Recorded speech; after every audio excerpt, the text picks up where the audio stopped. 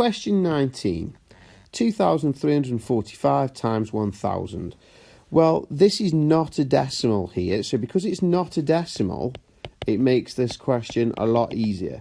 Because we could just say, right, well, we're timesing by 1,000, which has got 1, 2, 3 zeros on the end. So our answer is going to have 3 zeros on the end. So it's going to be 2, 3, 4, 5 with 1, 2, 3 zeros on the end. To read that number, we come every 3 digits in from the end and put a comma. So 1, 2, 3, comma, 1, 2, 3, comma. So that number is 2,345,000, and then obviously there's nothing on the end. So 2,345,000, and that is our actual answer, 2,345,000.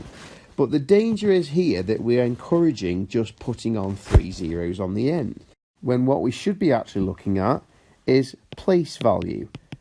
Because every time we times something by 1,000, the place value of each digit gets 1,000 times bigger and actually moves each digit 3 places forwards. So I'm going to start with the 2, 3, 4, 5. I'm going to put my place value headings in.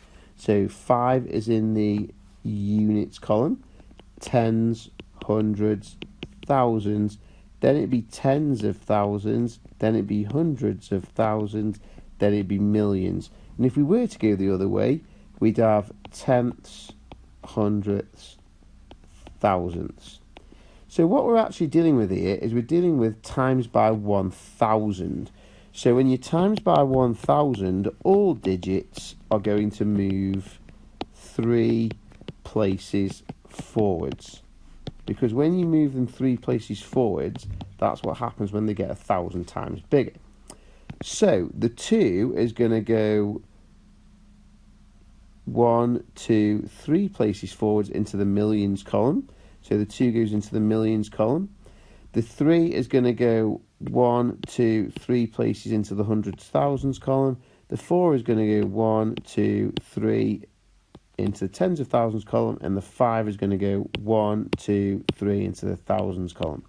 As long as you've got the 2 in the correct place, the 3, 4 and 5 just follow on after that. But obviously don't forget we've got a decimal point here and here and here.